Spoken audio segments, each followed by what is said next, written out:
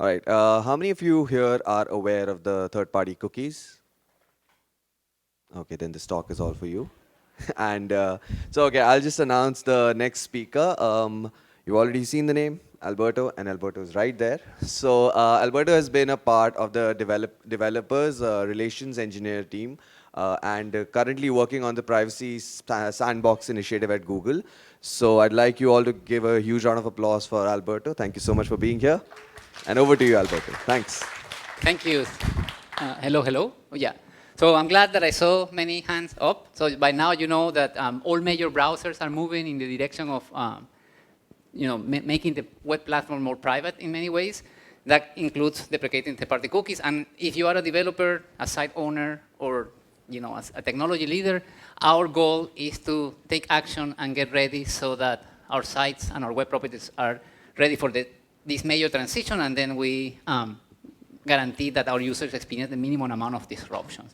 So in this session, what I'm going to do is I'm going to give you a very quick overview of everything that you need to know to understand what's changing and what actions that you have to take to get ready. So let's start with the root of the problem. So composability is one of the superpowers of the web, right? So nowadays, nobody builds a site from scratch, right? Back in the day when you were little and I was starting working on the web, actually every web developer developed the site from scratch, from zero to complete. Nowadays, actually there are so many third-party components that we put together to bring the user experience to our user. And this is a model that is being very, very powerful because we don't have to do all the work ourselves. But there is a big problem with this, is that this composability of third-party components make the user very vulnerable when it comes to privacy and protecting their data. So, and the core of the problem is that the web was built on top of technologies that were designed a long time ago, and they were not designed with privacy in mind. At that time, the important thing was to get the thing working, and we were so excited that everything was working, and for many years, the situation stayed like that. And despite of the severe privacy vulnerabilities, these technologies, I wanted to dive a little bit more on this. So when I say technologies that were not privacy preserving, I'm talking about two things. One is the use of unpartitioned storage, right? This ability that we have to store data in the browser of a user and then access it when the user goes between sites. That's what is called unpartitioned storage. And the other one that I'm referring to is covert tracking. So it's like these techniques that take advantage of data that the browser exchanges between the server and the client to basically determine and uniquely identify you as a user as you navigate through the web, right? So these two things are very powerful, and despite of the vulnerabilities that they present, they have basically been, has enabled us to power the web as we know it today. Like, for example, personalization, like having the ability to log in once and not having to log in many times. Having the ability to your images to be loaded faster for a CDN. All these capabilities that we are so used to are powered by these privacy-poor technologies, right? And this situation has been this way for the last 20 plus years. And for many years, the users just didn't know about it. And also, even when we knew about it, we just say, well, we know what we want to do. So we want to take advantage of the web, and the web is awesome, then okay, track me. I don't care, right? But the thing has been changing quite a bit recently. In recent surveys, it has been, it's clear that more than 80% of users out there that are demanding user privacy, that there have been severe scandals that have been made users aware of the problem. And it is estimated that by 2024, by this year, more than 75% of the world population is going to be under some kind of regulation that controls what can be tracked and what cannot be tracked, right? And in response to this demand and this pressure from the governments, then businesses are moving in the direction or actually making their technologies or their solutions more privacy preserving, right? And the good thing is that, as I said at the beginning, we didn't have the technologies that allows us to be privacy preserving, but now the technologies are here, they are very strong, so the time is right to do this, Now, as I said at the beginning, all browsers are moving in this direction. Safari was one of the first that started with something that is called intelligent tracking protection. Then Firefox followed with enhanced tracking protection, something like that. And Chrome has been working on this for the last few years. Edge announced recently that they are also going in the same direction. And when it comes to Chrome, Chrome has been investing a lot in making the platform as safe and secure as possible. And that includes a variety of features. It's not only cookies. For example, if you are a Chrome user, you are now take advantage of the strong password manager that does a lot of work for you, so that ensuring that you don't have weak password, that if your password has been compromised, the Chrome tells you, and so on. You can force all your connections to go through HTTPS, and you name it, right?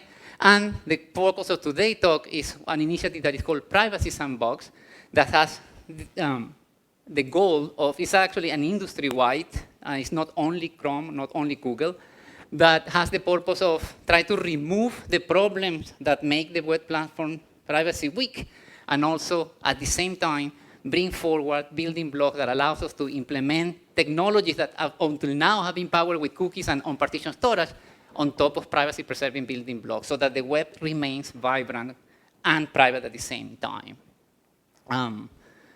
Now, at the core of the problem of the privacy vulnerability of the web is this idea of how do we determine our identity on the web, right? So on the web identity is based, you see, this is like the format shifted there a little bit, but web identity today is determined by a confluence of two factors. One is this ability that we have to store data in the user's browser. On every time that the user goes to a site, the server is able to put some information there. And that information can be shared across site boundaries, right? So putting those two things together, what happens is that as you browse the web from site to site, these cookies allow third-party providers to build a global profile of you as a user. So they know that Alberto likes sports, he has a dog, he went to the bank, he went to the pharmacy, and that is the problem, right? Because in principle, they do that to serve you things that you want, like personalization or relevant ads, but also they are taking information from you that you don't want them to have. Now, if we want them to make the web more private, then what we need is to bring a new privacy model for the web. And then if you follow that link there, that is basically a proposal for a new privacy model that basically is based on three major principles. First, browser state has to be partitioned at the top level. So if I go to site A, I am agreeing to be tracked on site A because I'm going to site A. When you go to Facebook, you say, Facebook, I am your user. Yeah, you know what I'm doing. But you don't want whatever happens in site B to be known when you go to site B. So that's principle number one. Now, there are many use cases that are legitimate, that require or need these applications to know that you went from one place to another. So we need to somehow provide those capabilities to achieve that. That's going to be possible, but only via browser mediation. So the browser is going to be the arbiter that is going to involve the user, so that when that happens, the user has a say and everything is transparent. And when information is exchanged on a cross-site boundary, the amount of information that is going to be exchanged is privacy preserving using statistical techniques, and also is very limited. It's only what is needed, no more. Okay? So now, Privacy Sandbox then has the purpose of three tracks, if you will. The first thing that Privacy Sandbox is trying to do is to remove the source of the problem. So let's try to, if we know that on-partition storage and covert tracking is the problem, let's try to remove it. Second, we cannot just say, okay, let's remove cookies and on-partition storage, that's it. Whatever you're doing with them is your problem.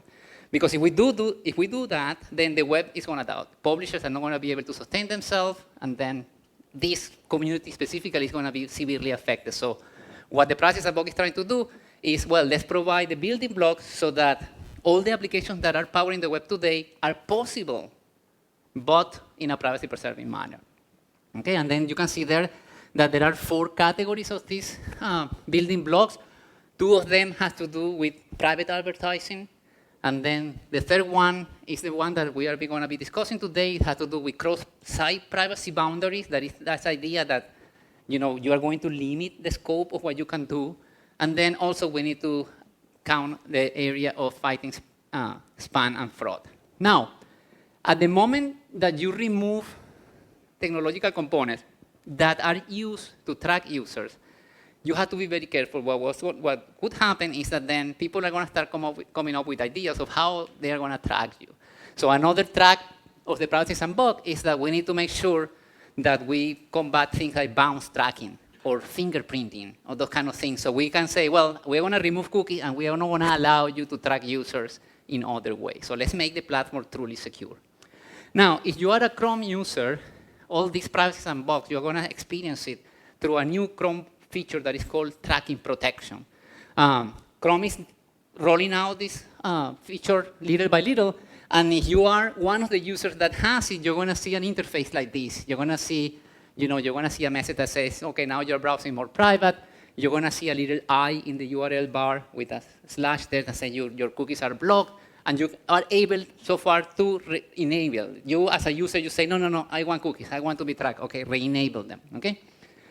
And so in order to facilitate testing, we want to do this in a way that gives you time to actually test if your site is going to work, all your use cases are taken care, and take action to fix the things that need to be fixed. So in order to achieve that, we started rolling 3PCD, third-party cookie deprecation, to 1% of all users. When I say a user, it's a Chrome instance.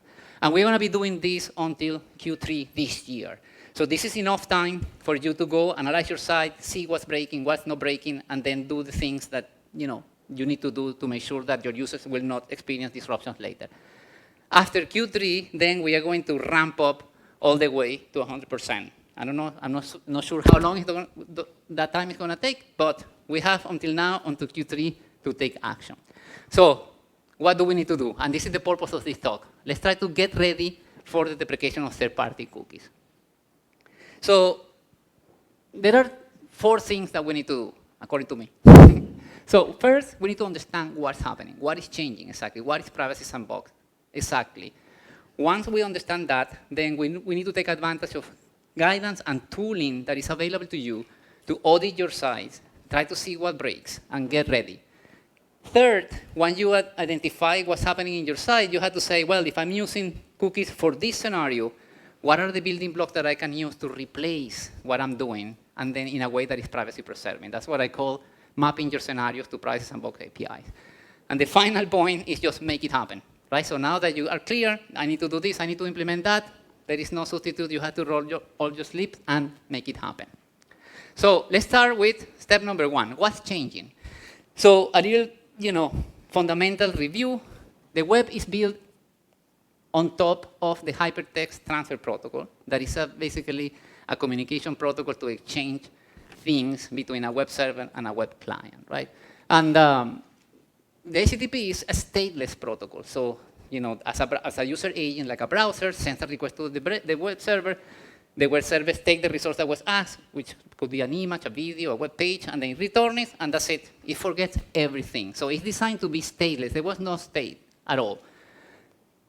As soon as 1994, they realized, no, but wait a second, this is not going to work, right? So if we want to do anything useful, we need to do some kind of state.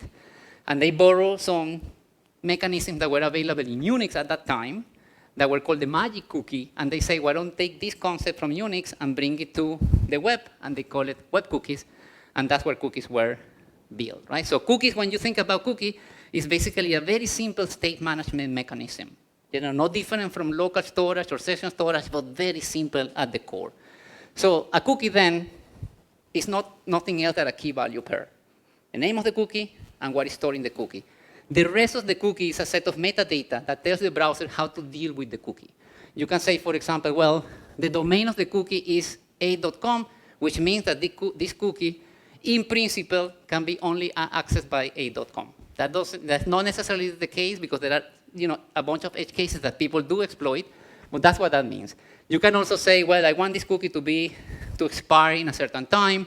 I want to force it to be used only over secure channels, and so on. The way that cookies are set, they can be set via HTTP or JavaScript. If we think about HTTP, it's just basically what I said. Every time that there is a request to the server the response comes with a set cookie header, with a cookie and a value. The browser says, okay, this is the cookie with these parameters. I put it in the browser.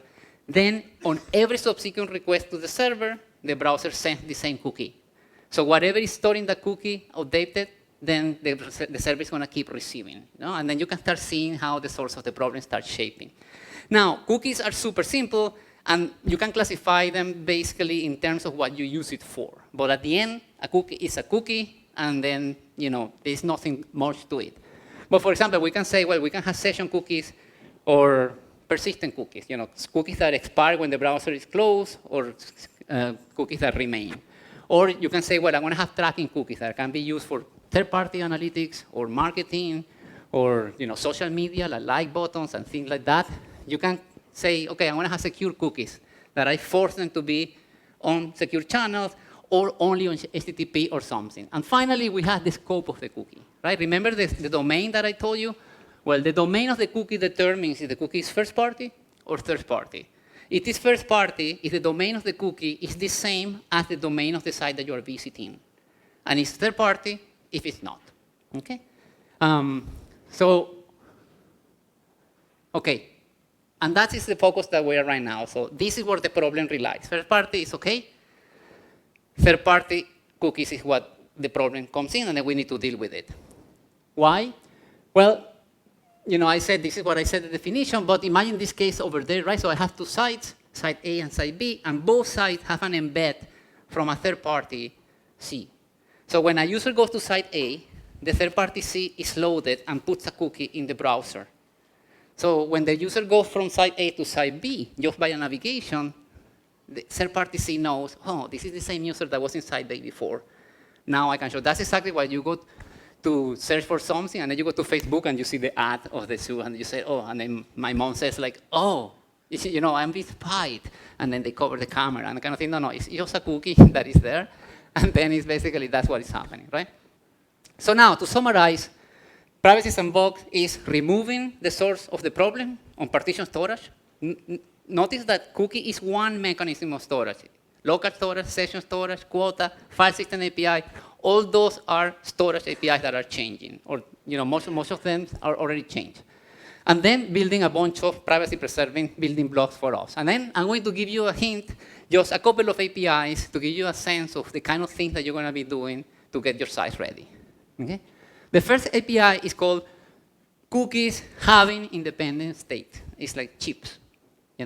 I didn't invent that acronym, but that is what it means. So we just reviewed this example. With the deprecation of third-party cookies, this example is not going to be possible. However, there are certain cases in which third-party cookies are used to track users on a specific site. For example, you can have an analytics provider that is provided by a third party, and you want to use it to track your users in your site. That is a third-party cookie, but on a first-party context. That case is going to be enabled if you extend the definition of the cookie just by adding the partition attribute to it. At this moment, the browser knows, okay, this is a third-party cookie, but it is on a first-party context. Then it's work. So what is going to happen then is that the browser, rather than having a single cookie place or a cookie jar for all the cookies, is going to have, well, I'm going to create a cookie jar for this third party in this site. That's what I say AC there. This is the cookies for site A and third party C. So when the user goes to site A to site B, third party C has no idea what is in the cookie jar of site A. And then we broke the chain, and the user cannot be tracked. Now, this simple API is going to allow a lot of use cases to continue working. You have a chat, embed content, like a YouTube embed, or you have like a chat embed or a map, widget. A lot of things are going to work only by switching from third-party cookies to chips.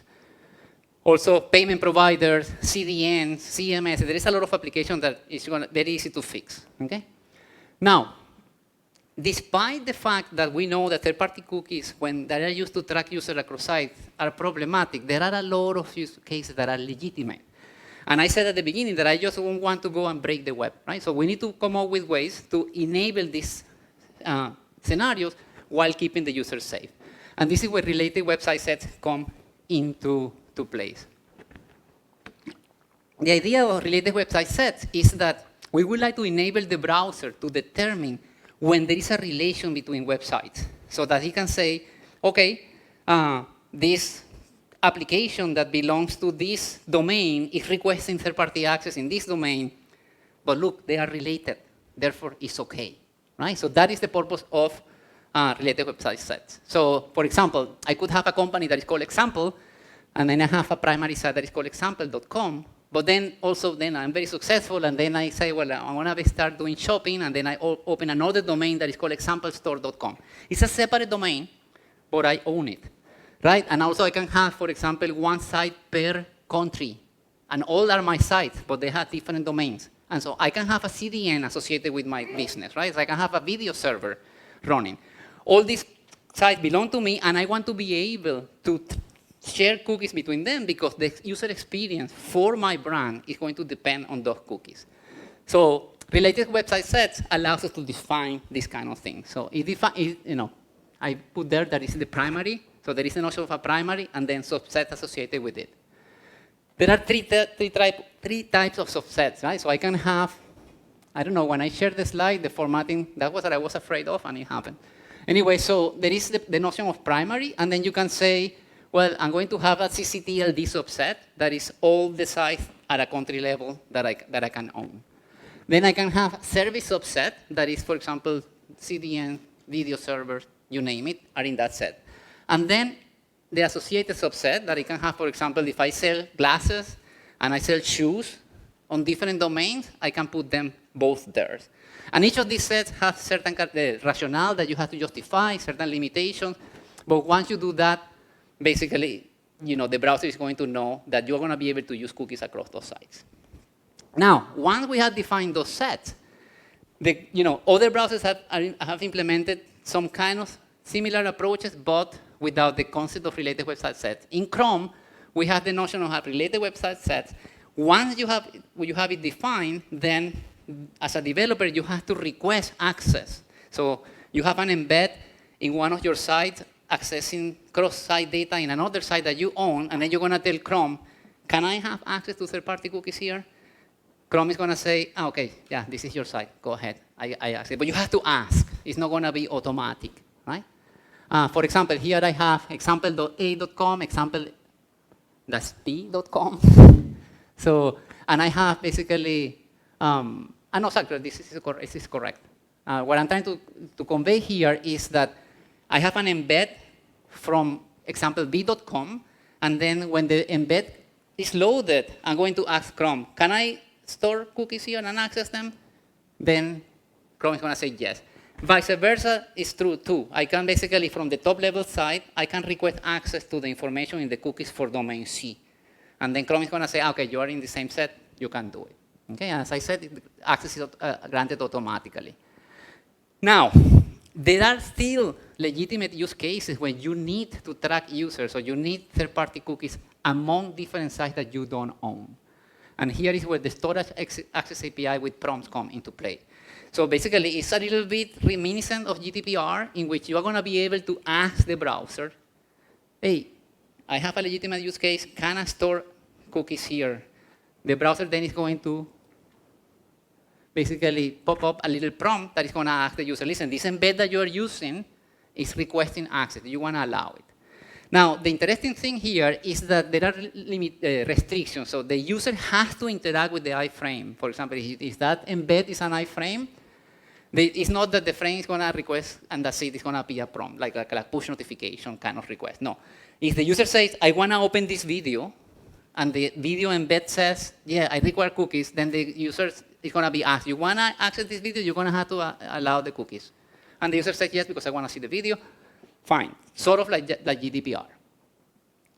Now, that is related website set, storage access API, and storage access API with prompts. Now, I mentioned that cookies is only one cookie, one storage mechanism. There are many, okay? And all of these APIs that require to store access and store data in a browser are going to be modified. For example, many of you are familiar with local storage, right? So imagine that I have a.com site there, and then I'm doing something in that iframe, in the JavaScript associated with that iframe, and then I call local storage. That basically puts a piece of information, a key value pair, in the browser of the client.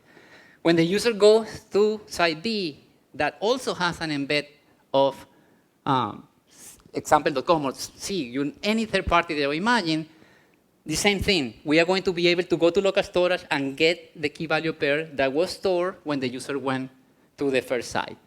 That is not possible anymore. All the storage API have been partitioned, and now this case is going to break, right? And then we are, that is actually different from cookies because cookies are being rolled out. The deprecation of third-party cookies is happening. All storage APIs are already partitioned. So if you are relying on these APIs, you already have to be that in mind. So I just put here this slide to give you an idea of how many APIs have changed. Things like the file system API, for example, that is super powerful, also is partitioned now. If you go and put something in the file system associated with site A, you cannot recover it when you go to site B. Now, in our getting ready path, we already, okay, we know quite a bit of Privacy Sandbox right now. We understand at a good level what is changing and what are the things that I have available for me to take action. The second part then is leverage tooling and guidance that is out there. And when I talk to tooling, about tooling, I'm referring to three things. One is Chrome, the browser, because a lot of the APIs, you can basically experience them through configuration settings of Chrome. So you're going to see, you go to Chrome settings and you're going to see tracking protection. And then you're going to see features of the API surface to you so you can play with them and you can configure exactly what you want them to do. The second thing is Chrome DevTools. If you're a developer, you are very familiar with Chrome DevTools. It's a debugging powerhouse that gives you all capabilities to debug anything you do with web development, CSS, JavaScript, performance, you name it. And then, there are many features that DevTools gives you that allow you to deal with things that have to do with third-party cookie deprecation. But we wanted to build a Chrome DevTools extension on top of DevTools that add extra capabilities that are not in DevTools yet, and also provides you a single entry point that allows you to start doing your debugging and your site analysis, thinking about Privacy Sandbox, rather than in DevTools as a whole that is very complicated. And that is what we call the Privacy Sandbox Analysis Extension. This is a tool that my team is working. I'm working with Articam, that probably many of you know. We have been working in this for like last year, and it's coming pretty good. And this is what I want to talk next. So right now, the tool is still in pre-release. We are in 0.5.2. We have about 6,400 users. So, and that is basically something that the Chrome Web Store gives you that allows you to see where the extension is used. And basically, if you want to install it, you just go to the Chrome Web Store, and then you look for Privacy Sandbox. And then the last one there, or PSAT, you can also search for PSAT. And then that's what you're going to see. And when you click Add to Chrome, then that little, the extension icon is going to appear there with a glimpse or a brief summary of the cookies that are set by that page. Now, if you open DevTools, and then you're going to have a Privacy Sandbox panel, and this is the landing page of the extension, right? So you have there an embed with the Privacy Sandbox site that you can start reading if you want, or you can jump to the site directly. There we put some quick links and latest information that we source directly from those sites. And here on the left side, you have a panel with like Privacy Sandbox with 4 categories, and then you have facilitated testing. That is what I said at the beginning with the timeline. There you find information on what's happening right now, how you can request more time if you need it, and so on. I'm not going to get into details about that, but you can ask me if you want later. And then you have some settings there for the tool. Here you can see there are 4 categories, right? So we wanted to do this tool to actually not only help you with the deprecation of third-party cookies, analyzing your site, but also as we move forward, also to help with the adoption of the new APIs. However, the priority right now is to help you to understand what's happening with cookies, because that is the most important problem that you have to solve immediately. Okay, so that way we have cookies, site boundaries that include chips and related website sets, and then you have private advertising that includes things like topics and protected audiences, and then tracking protection that includes things like bounce tracking, fingerprinting, and so on. Now, let's focus on cookies now. If you go to the cookies panel, the first thing that you're going to see is a cookies insights page that is going to give you, at a glance, the situation with the page that is loaded in the browser at that time. Right? So here you see, for example, these are the cookies that are loaded. These are the types. And then if you expand the view there, it tells you the classification of the cookies, what the cookies are used for, the ones that we can figure out because we are using a database and it's not 100% accurate, but it's pretty good. And then here, the second section is very important because it tells you how many cookies were blocked in this page and why.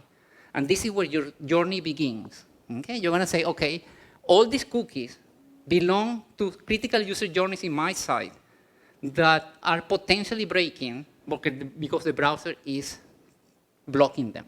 Okay? And again, if you expand the view there, you're going to see the explanation of the blocking. Now, if you go to the cookies, the cookie here, you have basically what is called browsing context, or you can also associate them with frames on the page, components on the page. And here you can see, for example, for the first or the top frame, that is the whole page, you can see all the cookies. And the ones that I highlighted in yellow are the ones that we identify as being blocked. The little arrow on the left tells you if the cookie was blocked on all the responses, on all the requests, or some responses, or some requests. Because then you can start analyzing and say, okay, this cookie is actually blocked only in certain contexts. Okay, let me see what's going on. If I click on one of them, you can see that the information card here tells me this cookie was blocked because of the reason of preparing for phasing out. This is a reason that Chrome is telling you that, listen, this is happening, I'm blocking this cookie, take action. This cookie is just going to disappear in the future and you're not going to have an idea. And then here is a detailed explanation. Here it says, for example, if you have a cookie that has same site equal none, that it actually is a specification that tells Chrome that you want that cookie to be used in third-party context, but you don't have the partition attribute in it, then that cookie is being blocked. So now you have a lot of ideas. You say, okay, look at that. This cookie belongs to DoubleClick, which is an ad-related stuff, or to Bing, which we know is a search kind of related analytics that is something from Bing is in my page that has a cookie that is being blocked. Now you have a focus on where to look for. Okay? Now, something that the tool has that is interesting, that is super simple, but has been very, very useful, is filtering.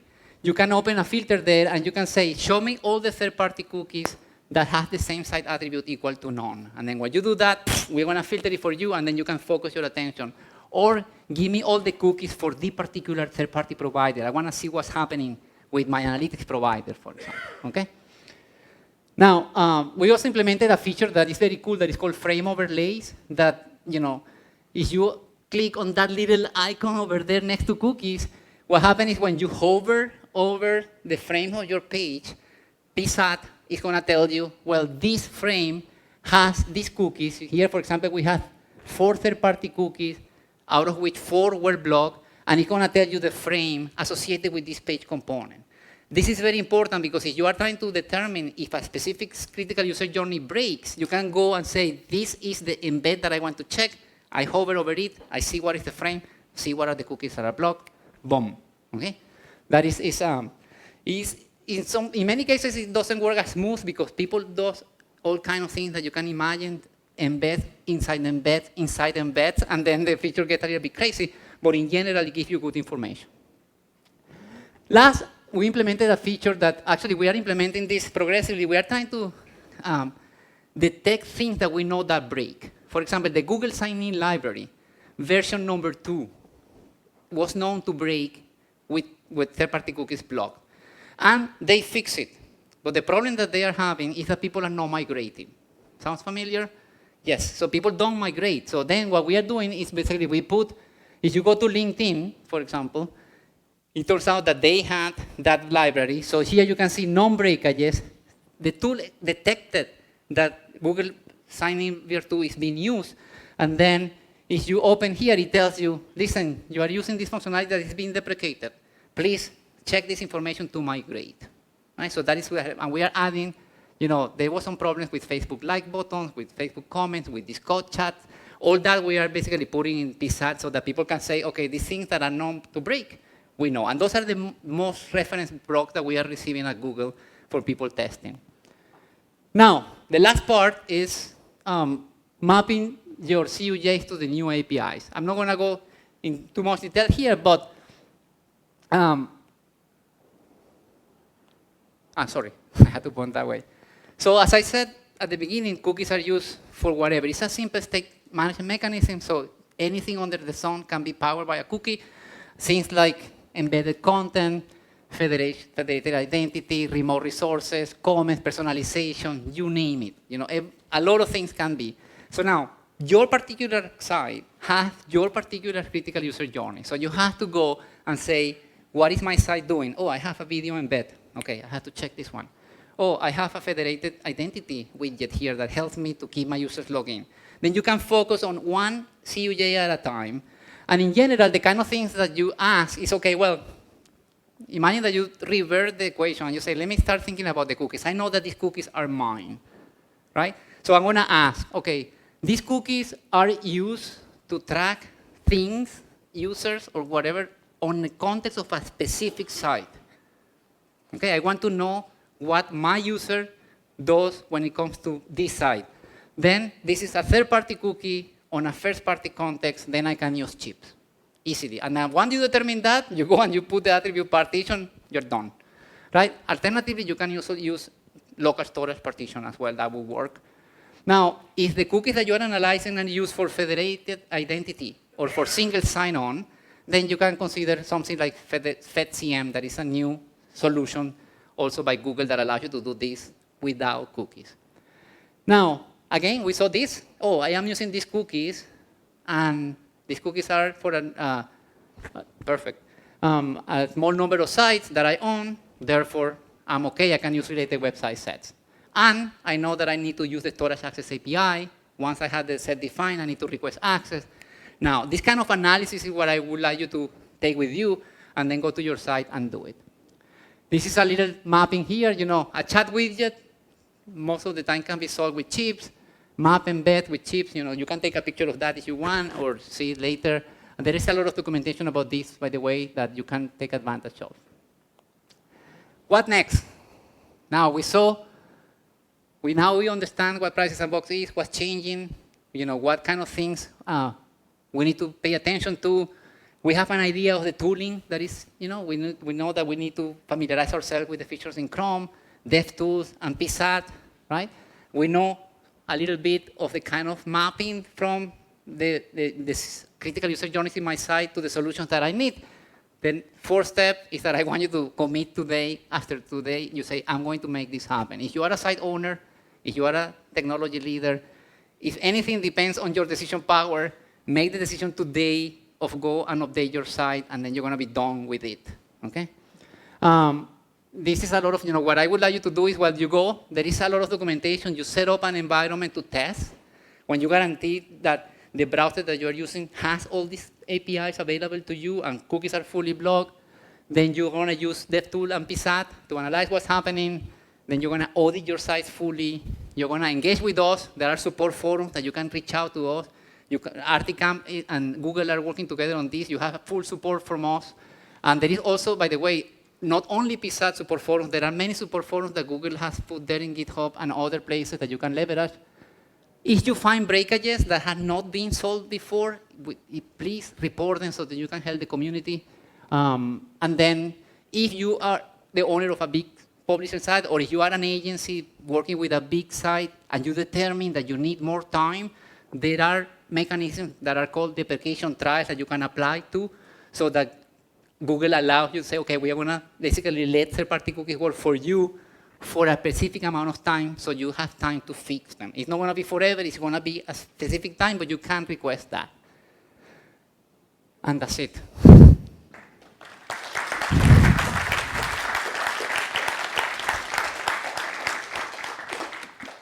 I can't believe that I made it in the time but sorry that I went too fast. Questions? Yeah, guys, please, questions that you might have. We have time for one or two questions. Yeah, please. Yes, please. Yeah. Thanks a lot for the very great talk. You went into very much detail in very fast time, and so I still process it in my brain right now. Okay, Yeah. but so my question is simple. I mean, while I was also listening to you, I was looking a bit on the web about this initiative. I know that the other browsers, they also have initiatives and so on, and I also understand that there's a lot of criticism about each different method, even the one of Apple, even the one of Google. So what is your answer to that kind of thing, that the developers probably have to adapt to multiple privacy solutions in the future, and especially the Google one, privacy sandbox, seems to be very extensive. So what do you think, would there be a better way maybe to have some common forum like the W3C or others to implement a common standard, or do you think that this will eventually become a standard? Yes. No, that's a great question, and this is basically something that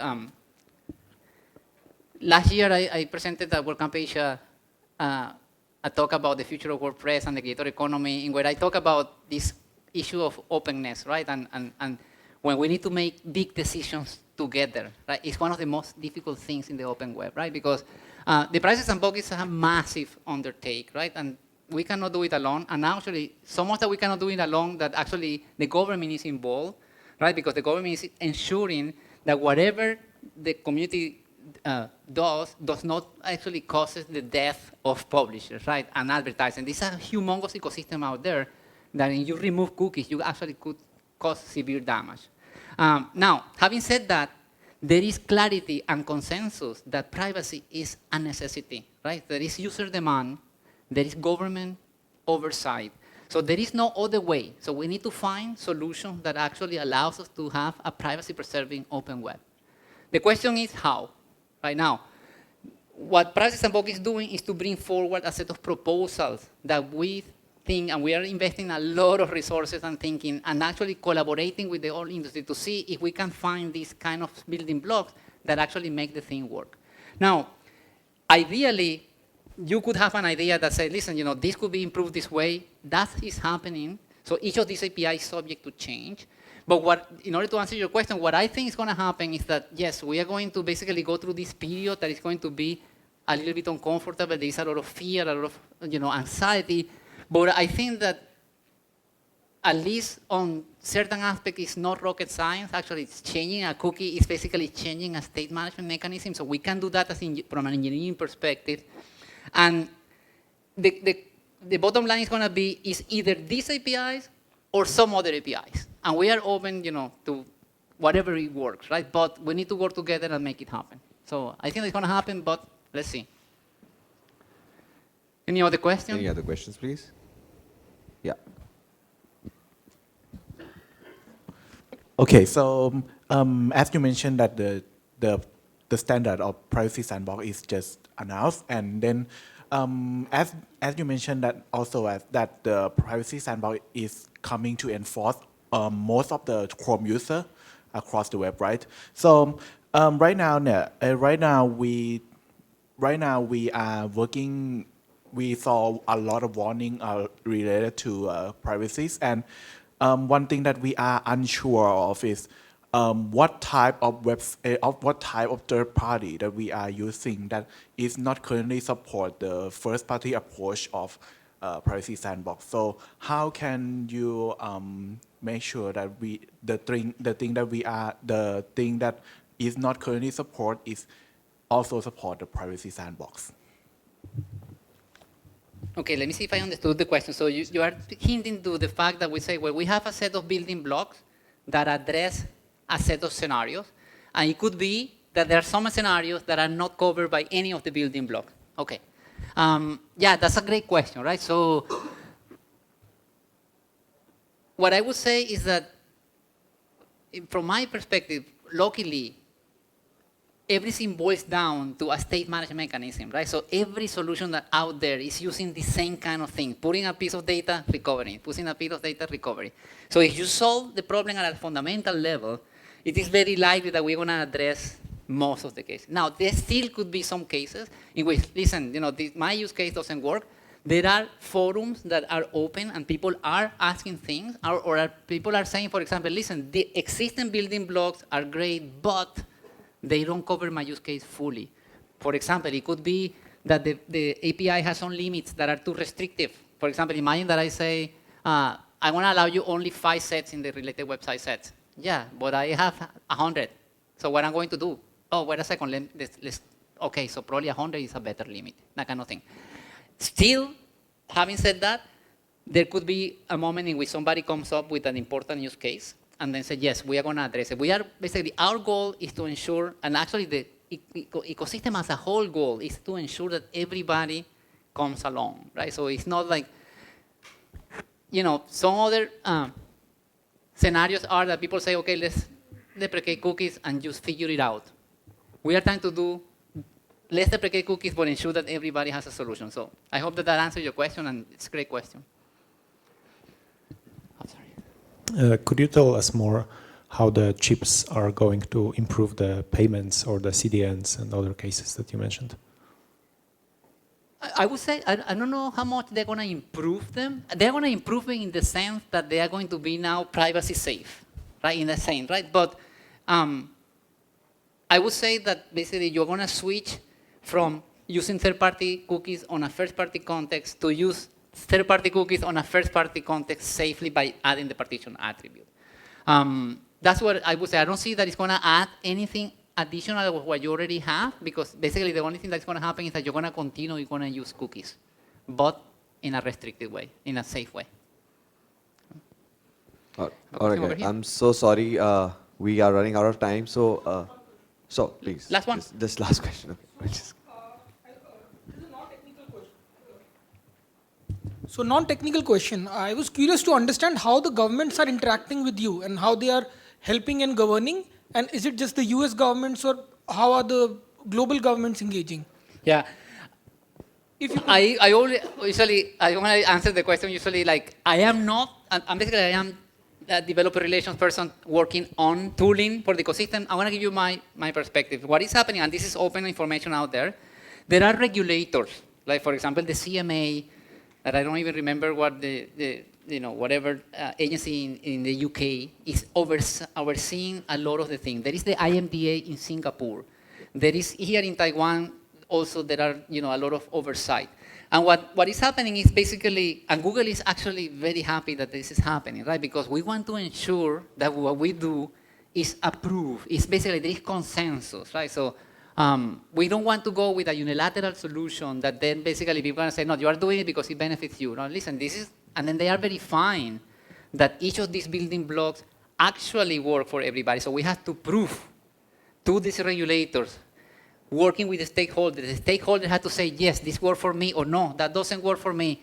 And then the idea is that we're going to go on an iterative process so that at the end, the solutions that we come up with to market are going to basically be satisfactorily solving the problems of everybody. So I don't know how many regulators are involved, but I'm aware that the UK, the Singapore one, and others are basically, verifying everything. And until those regulators are not happy, this is not going to see the light of day fully, because that's the whole purpose. And they are basically doing it. I like what they are doing. I think that they are very thorough. They are very, they also want this to work, but they are tough. They are not basically, it's very interesting, very dynamic that I had never seen. I had never been in a project like this, where actually a technology trend is being defined by so many stakeholders at the same time, right? So it must be fun working with them. Well, thank God I'm not working with them. I'm just technically here, but it's very difficult because you have to basically be creating reports. You have to be very thorough. You have to be very specific. So it's kind of beautiful, and for example, like the fact that we are developing tools, I'm doing it because from a developer relations perspective, I believe that tooling is necessary. But that shows the regulators that actually listen, we actually are doing things for you to be able to succeed, because cookies are very simple, but figuring out what's happening across the whole level is not trivial, and then so thank you so much. If you have more questions, I'm going to be here tomorrow too as well, so we can talk. Thank you so much, Alberto. And just a token of appreciation from our end. Thank you so much, my friend. Oh, nice. Cookies. Thank you. Thank you.